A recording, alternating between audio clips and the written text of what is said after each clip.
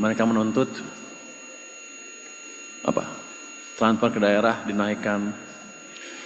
Sebenarnya kalau saya sih mau aja naikin, cuman pemimpin di atas masih ragu dengan kebijakan itu karena mereka bilang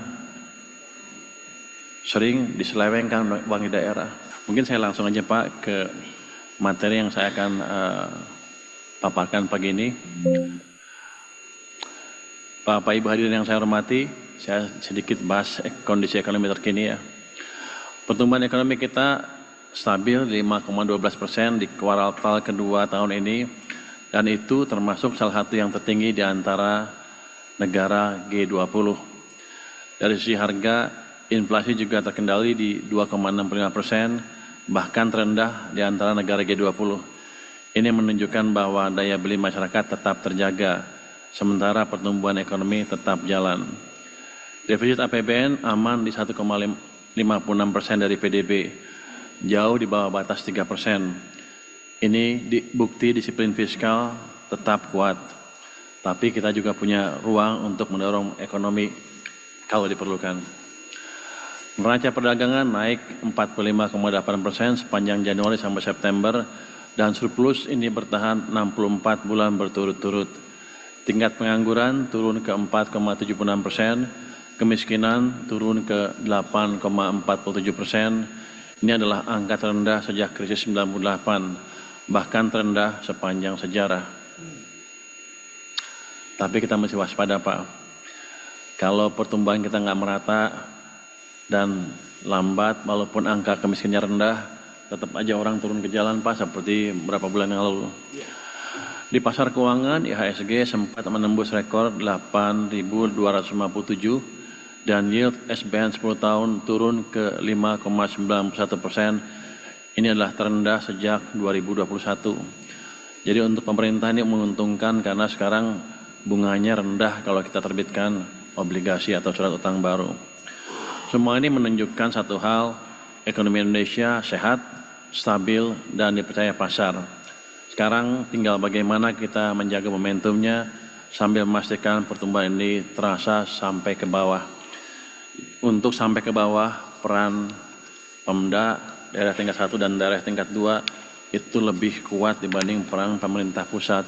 Jadi kalau ada uang dibelanjakan saja sesuai dengan desain APBN-nya. Kalau kita lihat, perekonomian daerah masih tumbuh positif, tapi masing-masing wilayah punya tantangan dan karakter tersendiri. Pulau Jawa tetap jadi kontributor utama dengan pangsa 56,9% terhadap ekonomi nasional dan tumbuh 5,2%. Ini Pak Tito yang mesti kita rubah Pak. Ini kan orang menuduhnya Jawa sentris kalau gini kan. Jadi pangsanya tetap aja 56%. Ini coba digeser bertahun-tahun tapi nggak bisa. Jadi nanti kalau daerah-daerah yang punya dana lebih, coba digalakan pertumbuhannya di sana, atau daerah-daerah yang punya potensi bisa tumbuh kencang, coba didesain tumbuhnya lebih cepat lagi. Kalau enggak, kita akan seperti ini terus Pak, Jawa sentris, seolah-olah nanti kalau ada apa-apa, daerah akan protes ke pusat Pak. Tapi ini ke depan akan kita usahakan terus penguatan pertumbuhan di luar Jawa. Di Jawa, hampir separuh ekonomi bergerak di sektor pengolahan yang masih solid. Sumatera dan Kalimantan tumbuh dari pertanian dan perdagangan, tapi ke depan dua wilayah ini harus terus diperkuat supaya pertumbuhannya lebih merata dan tidak bergantung pada komoditas saja. Jadi untuk daerah-daerah yang punya uang banyak karena komoditas, coba mulai pikir pelan-pelan diversifikasi ke arah yang bukan komoditas saja. Nanti kalau komoditasnya habis, Anda punya sumber pendapatan baru. Jadi harus berani invest jangka panjang. Uangnya jangan dianggurin. Kalau punya uang banyak, mulailah invest di industri dan lain-lain. Utamanya di sumber daya manusia di daerah itu. Sulawesi tumbuh paling tinggi ditopang hilirisasi industri. Dan ini bukti nyata bahwa strategi nilai tambah di daerah memang berhasil. Tinggal dijaga supaya pertumbuhannya berkelanjutan. Sulawesi ini sudah puluhan tahun tumbuhnya di atas 7% terus. Jadi ini harus ditiru oleh daerah-daerah lain. Maluku, Papua, dan Bali Nusa Tenggara juga mulai bangkit, masing-masing dari industri pengolahan dan pariwisata. Tapi ingin saya tekankan, berbagai risiko harus tetap diantisipasi.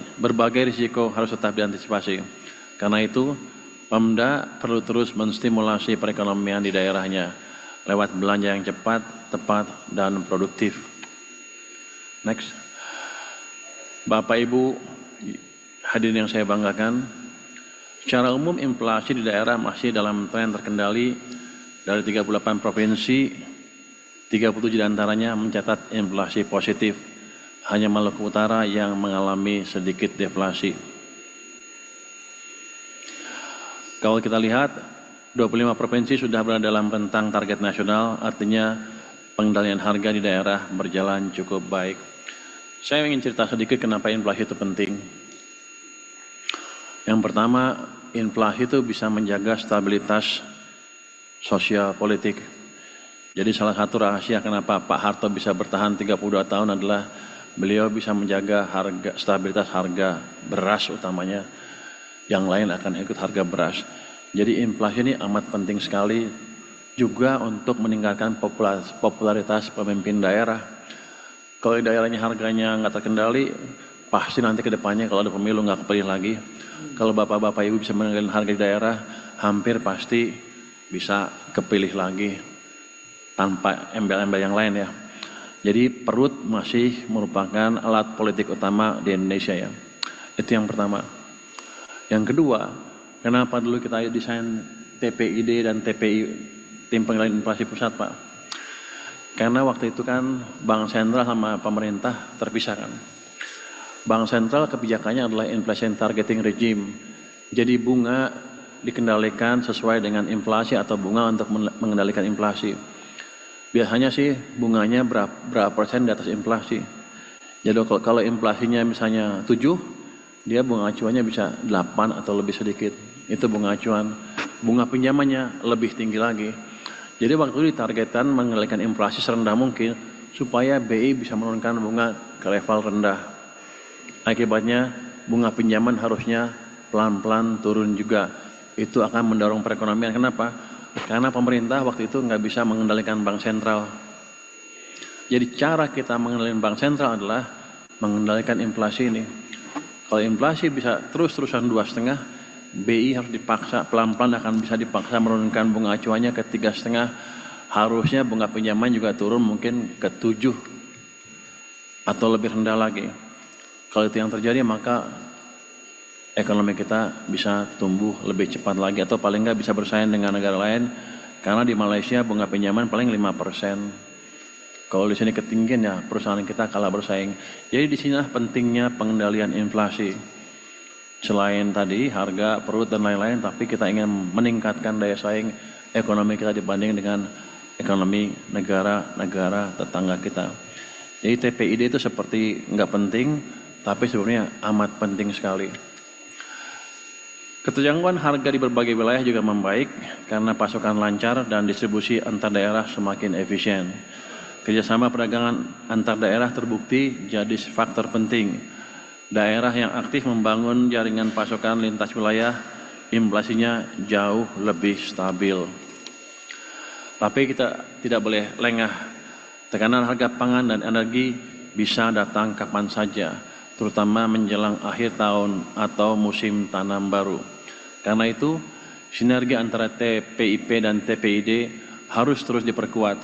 Kita perlu kebijakan yang terukur dan responsif, bukan hanya menjaga harga, tapi juga memastikan ketersediaan barang dan kelancaran distribusi. Jadi tugas kita sekarang bukan hanya menahan inflasi tetap rendah, tetapi juga menjaga stabilitas harga dan pasokan secara berkelanjutan. Yang penting adalah pembangunan daerahnya oleh swasta yang pinjam ke bank, kalau uangnya ada di sana, menjadi terhambat. Pemerintah pusat sudah menyalurkan dana ke daerah dengan cepat. Sekarang giliran Pemda memastikan uang itu benar-benar bekerja untuk rakyat. Next. Realisasi belanja APBD sampai dengan triwulan ketiga tahun ini masih melambat. Rendahnya serapan tersebut berakibat menambah simpanan uang Pemda yang nganggur di bank sampai 234 triliun rupiah. Jadi jelas ini bukan soal uangnya tidak ada, tapi soal kecepatan eksekusi. Tadi Pak Tito bilang bedanya dengan catatan di itu ada 18 triliun ya Pak ya, kalau dari kas daerah. Justru saya tanya-tanya, 18 triliun itu kemana? Karena kalau bank sentral pasti ngikut, itu dari bank-bank di seluruh Indonesia termasuk di BI, segitu tercatat. Kalau di Pemda kurang 18, mungkin Pemdanya kurang teliti ngitungnya Pak, nulisnya Pak. Kalau BI itu pasti udah di sistem semuanya. Jadi itu mesti diinvestigasi itu kemana yang selisih 18 triliun itu. Tapi nggak apa-apa, selama di daerah digunakan itu udah bagus untuk mendorong ekonomi daerah. Jadi kuncinya itu, jangan ditransfer ke pusat lagi uangnya, jangan taruh di bank Jakarta, tetap aja di bank daerah. Kalau banknya jelek dibetulin supaya uangnya betul-betul muter di sana. Ini sama juga di pusat juga ada. Oh, tuduhan masyarakat ada lagi nih. Waktu saya taruh tunjukkan di pusat ada uang 230 triliun, 230 ya, yang di bank komersial punya pemerintah pusat dalam bentuk deposito. Mereka menuduh ini orang pusat main bunga nih Pak. Uangnya taruh di sana, pejabatnya minta bunga dapat kickback kayak gitulah. Jadi ini harus waspadai, betul seperti itu apa enggak. Tapi yang jelas kalau untuk pemerintah pusat akan kita investigasi uang itu uang apa, di mana tempatnya, kenapa deposito segitu banyak. Jadi saya pikir Pemda juga meneliti seperti hal-hal itu. Kalau pemerintah kan tugasnya bukan mengumpulkan bunga dari tabungan. Tugas kita adalah membangun dan memastikan uang yang kita peroleh berdampak ke perekonomian untuk daerah di daerah, untuk pusat di pusat. Saya ingin titip beberapa hal untuk rekan-rekan daerah, baik TPD maupun OPD yang menangani keuangan dan pembangunan.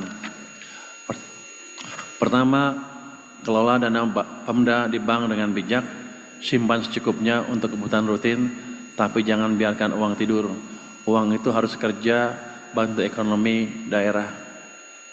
Mungkin Pak Askolani ke depan dipikirkan sistem transfer yang cepat sekali, mungkin hitungan hari, jadi daerah nggak usah numpuk uangnya di sana. Jadi mereka habisin aja, kalau kurang langsung cepat minta ke pusat sesuai dengan anggarannya. Kedua, saya minta Pemda mengakselerasi belanja yang produktif.